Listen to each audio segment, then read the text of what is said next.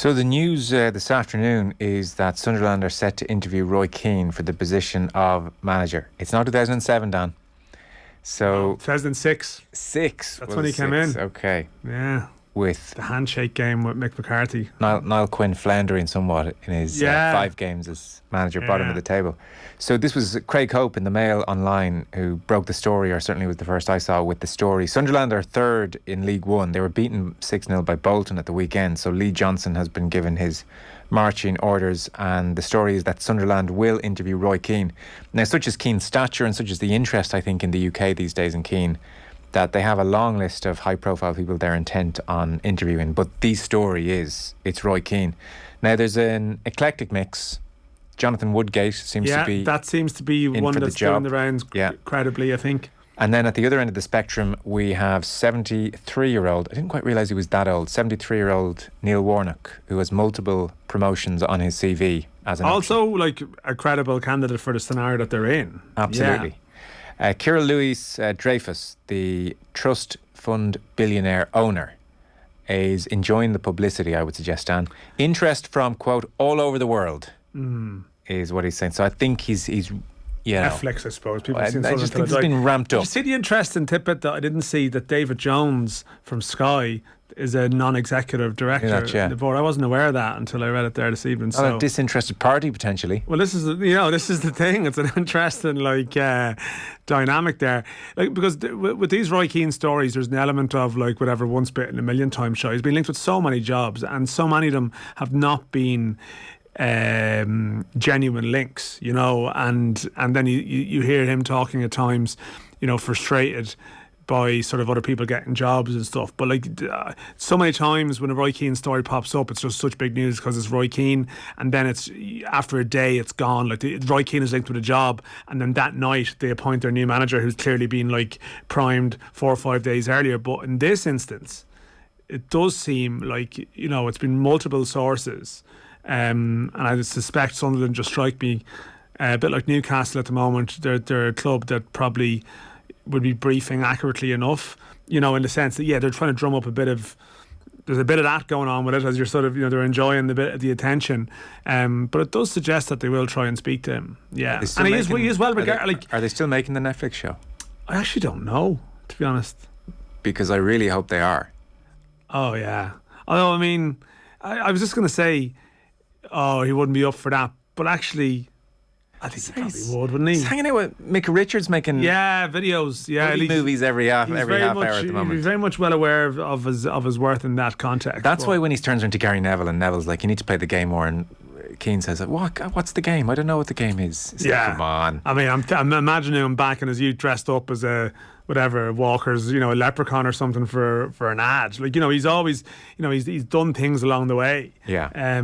But it just does seem like that this is one that might just, at least the substance to the link, whether he gets the job, you're not sure, but I mean, it's still definitely one that you can see it, because I think with Keane, a lot has depended on, the makeup of, various boardrooms and the characters involved, and, even the fact he has a bit of history with the club.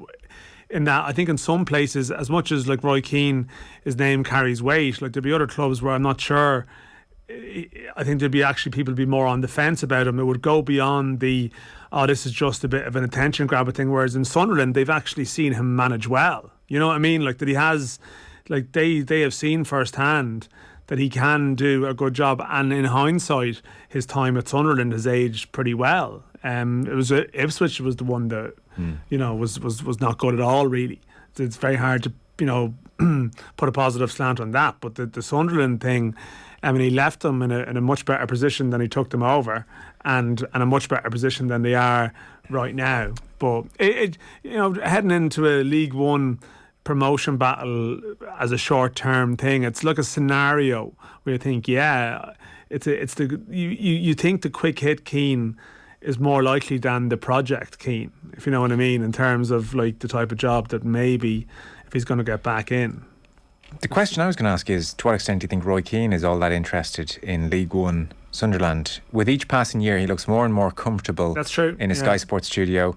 Somebody who's realising there are aspects to the Sky Sports studio life and beyond, and doing the car movies with Mick Richards that aren't so bad, and I think he enjoys them on a certain level despite the curmudgeonly rolling of eyes and I'm not enjoying this. He's probably on a 7-figure sum or close to it at Sky Sports based on what we hear about the other salaries in there. He's never had more of a voice in the English game, and again he might say, well, what the hell does that mean? It doesn't count for very much, it's all noise, you're on the outside, it's irrelevant. But I don't think it is. And so you give up all of that to go into League One Sunderland. Is that where he sees himself? I would have thought he'd really be thinking Championship at least. But I don't think at this stage, like if he was thinking, you're sort of what does he gain? You're suggesting that he has the power. What does he gain from taking over Sunderland? They're in third, maybe they get promoted, maybe they don't.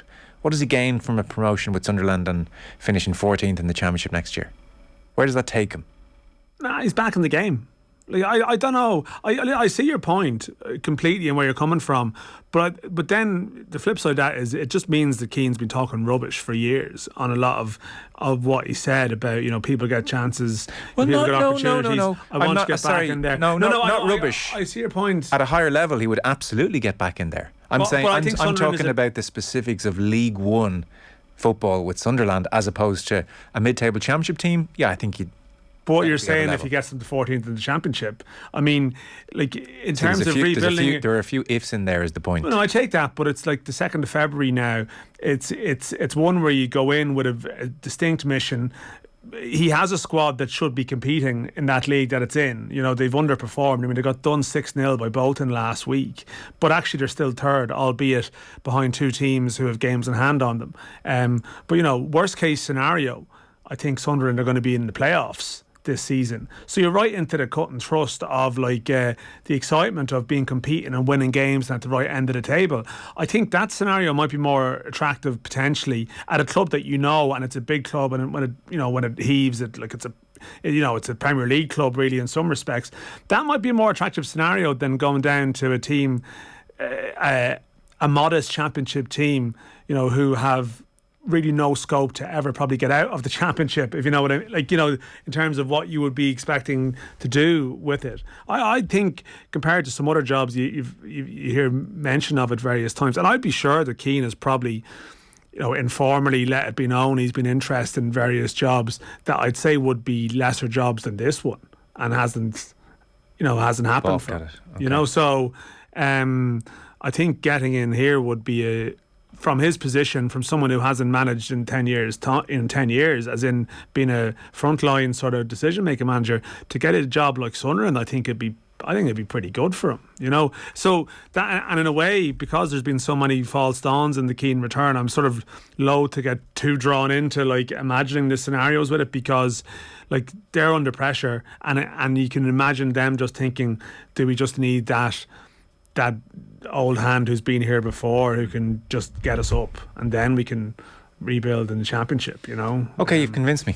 Yeah, well, I mean, I just think he wants, like, you see the anger. I thought that what's the name of the Gary Neville thing, the overlap, like, again, a lot of it, again, you veer into like pantomime Keane, and you veer into then captivating Keane, and you can have them 2 minutes apart. Like, you've encountered. I thought he was mostly captivating on the overlap. He was, but then, you know, people talk about you're seeing a different side to him, and we see a more like a cuddly Roy Keane side. But I still thought that one of the most illuminating parts of that was when he started to get a bit angry, talking about all the people who get jobs. He didn't name any of them, but he was going on about, and I could probably guess who some of them were, like managers who they're incredible. Like they've had, in the last, since Keane has been out of the game, they've probably had 10 jobs in 10 years, you know, and they keep getting up and keep getting gigs and keep getting jobs. And I actually don't think, right, he would have been in his radar for their history, but like someone like Mick McCarthy, even when you think about it, was an Apwell Nicosia this time last year, went terribly, and yet he comes back and he gets to manage Cardiff City. Sure. You know, a really good Championship club. Well, let's get to the key component then. So we've established, and you've convinced me, Keane's interested, and it makes sense for him if he's going to take a job at any stage. He had a turn down for him if it turns out that he turned it down. Okay. Yeah. So we've established that. So then the second point is, well, is it a good move for Sunderland? Is Roy Keane a good manager? that's the gamble. Like, it is a gamble. Like, he came in at the time before 06, 07, and people who were there and watched it, and I was over a couple of games, but like, I wasn't really, like, you know, in the sense that people who were there every week would tell you just how he just got the show on board. Now, again, they had a Premier League probably budget in the Championship, and he was able to sign players, which he wouldn't be able to do in this instance. Is the one thing you would say. The transfer window was just closed. He brought in a load of his own players. Most of them, good few of them, were Irish, you know. So I think that, like, Irish, or he knew them through Manchester United days. There was a definite degree of the Rolodex, and I've got my few names and okay. Whereas that's not available to him 12 years on, 13 years on. Yeah. God, more. Yeah. I mean, it's a long time ago, and I mean, it's 10 years. You can't call Dwight York, is my point. No, exactly. Or sort of, God, like, I think Kenny Cunningham went up there, didn't he? Or was he there already with Mick? Actually, he probably was. But like, I mean, you know, Anthony Stokes was signed at various times. Paul McShane was signed a year later. But in the immediate first year, it was like Stan Varga and a couple of guys from Celtic he brought in and stuff. The two components David I'm asking Connolly, you about are, one, and I'd say of primary importance, his man management ability. And then secondly, his ability to impart tactical nous and nuance to teams. I'd say that's less important in League One. I only asked the second question because we don't see that on display in Sky Sports Studios, for instance. I think it's the big unknown. Yeah. So the man management question will forever hang over Keane because of his volatility and because of his temper and because of countless stories from former players who he rubbed up the wrong way. Yeah, and that's a massive question mark. Like, you know, it's a massive question. And you know, it's so hard to square sometimes some of the stories, you know, that you have. Like, you see the Roy Keane in these videos, and you see this sort of like great presence. You hear the great stories of like his sort of charitable streak, and it's all genuine, it's all legitimate. And yet, when he's in his work mode, he can just be, you know, he can be ferocious, you know. And like, you would have heard some, you know, alarming enough stories about sort of, you know, young players that really struggled and just he didn't respond. And again, this question has always lingered as, you know, do you need to be a different type of manager to succeed now? You know, like, you know, ruling by fear, is that dated as a concept? Increasingly, that seems incredibly dated, and that's the huge concern. And you know, Damien Delaney survived it because he was made of tough stuff, but he would tell stories of really struggling for any lines of communication with Keane and it being a really tough time. And Keane, funny enough, in his autobiography, has the self-awareness to say, well, there's an example of somebody I could have done a bit better by, in hindsight. So there is a learning and there is an ability to kind of plug into some self-awareness. But then, I don't know, do you remember in the overlap where he's telling the story at his own expense? And yet he does it so charmingly and with such self-awareness. Like, it captures the complexity of Keane in about 20 different ways, where he's talking about how Villa were on the cusp of signing Tom Cleverley. And then Keane wasn't sure. He thought Cleverley was stringing them along. He was sure they were stringing him along. And then he got a phone call to say, Cleverley had ditched them and gone elsewhere. So he phoned Cleverley.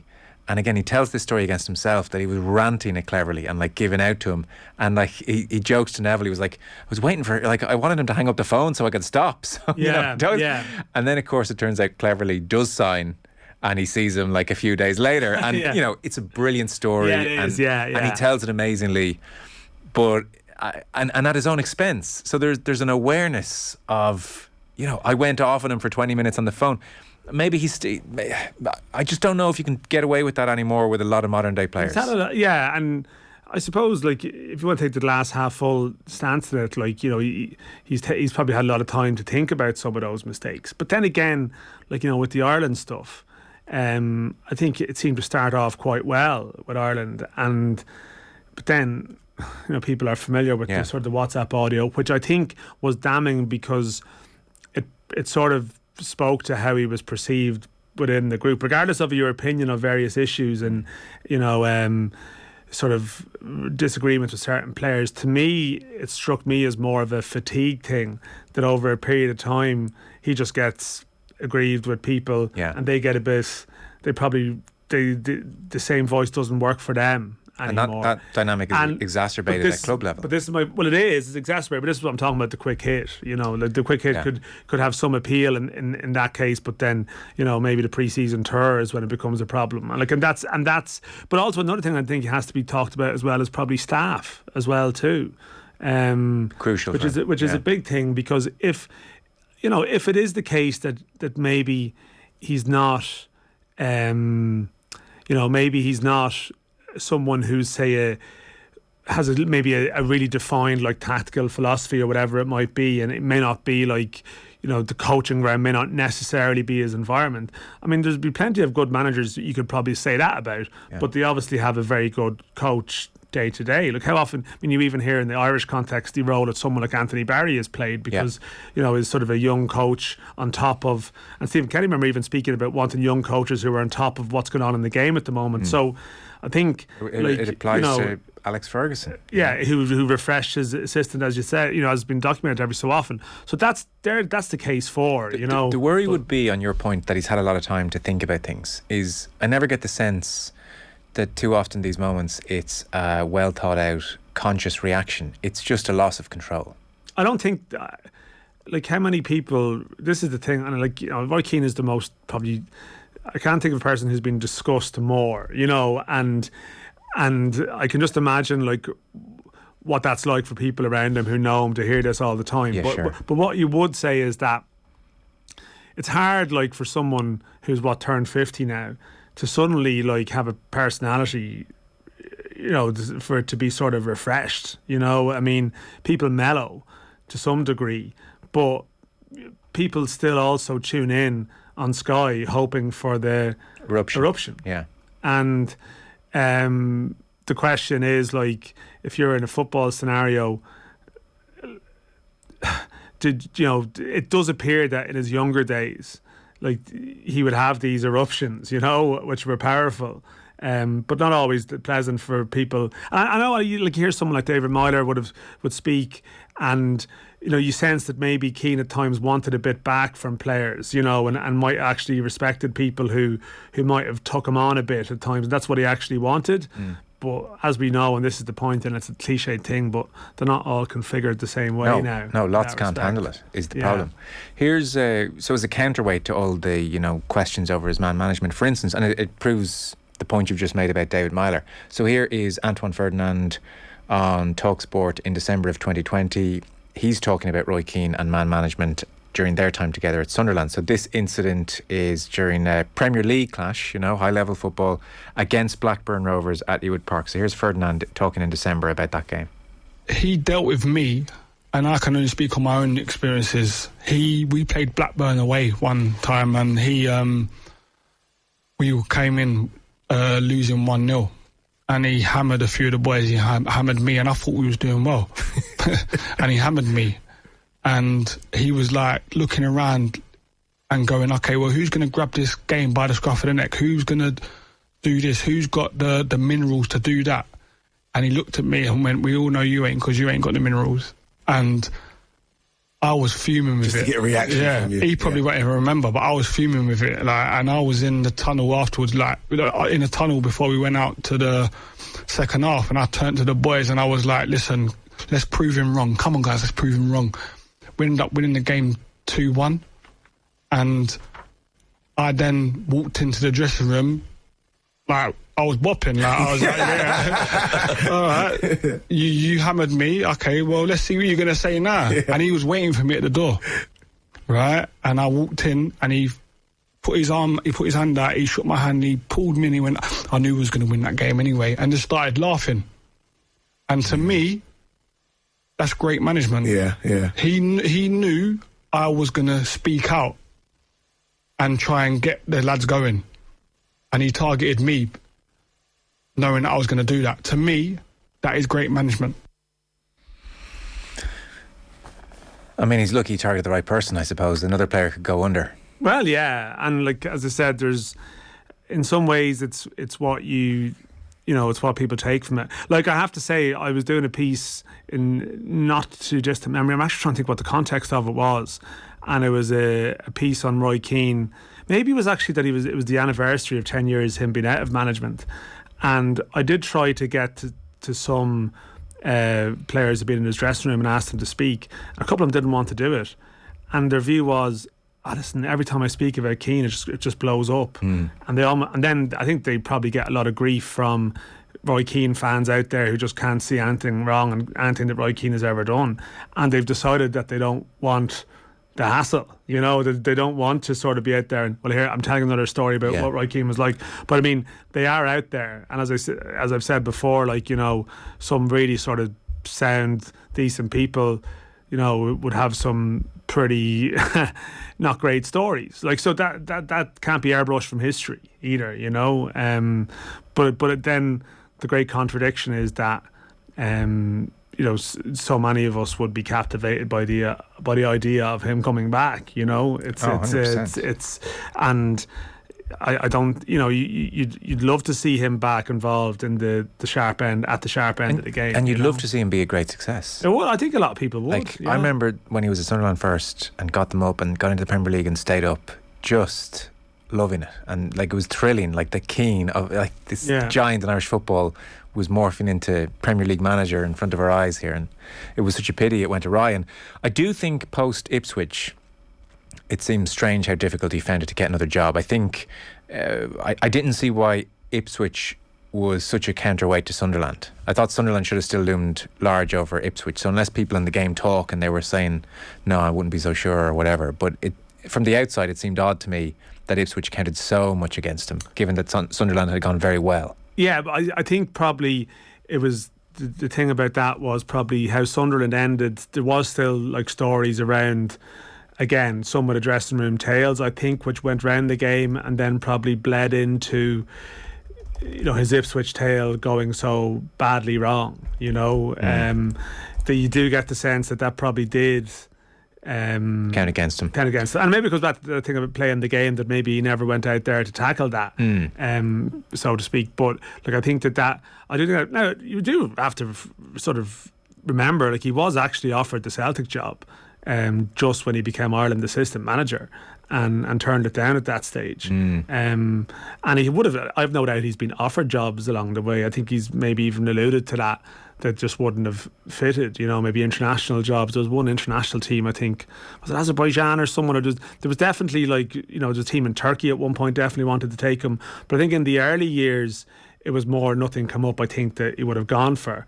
But then obviously the longer you're out of the game, the more the legacy of those bad stories probably lingers. I've got one more piece of Roy Keane news to mention. Luke Edwards of The Telegraph, who really is a very trustworthy voice on football in the northeast of England, is now reporting that Sunderland have offered Roy Keane the job. Roy Keane is considering their offer. This is not Roy Keane will be interviewed. This is not he's part of a shortlist. This is Sunderland have offered Roy Keane the Sunderland job, according to Luke Edwards of The Telegraph, and Roy Keane presumably is considering their offer. Yeah, it's just come up as we were chatting there, it seems, and we don't need to reheat the conversation we've had for the last 20 minutes. They're talking about a short term, but that's the thing, which end of the season, and then see what happens. Which, as I said, not to reheat all the previous points, as you said, but I can see the appeal of it because there's a target there. Yeah, okay, right. No more Roy Keane. Other fixtures there, yeah. So I think Cheltenham away flights booked. No, Cheltenham away next Tuesday. So that would be You'll be there. Well, I don't know about that, but actually, I'm not going to go into a long story about how complicated it is to get accreditation these days. But you'll be there. Cheltenham away, that would be the League One. League One is a good league, but it has some small clubs in it as well too. If you know what I mean, there's some big clubs. And then you have Portsmouth and Sunderland and Bolton, and then you have your. We're moving off it, Dan. Come on. Okay, all right. I'm just trying to paint the future if this does happen. Big if, but maybe not as big an if as we thought. No, well, it's effectively official now. He's been offered it.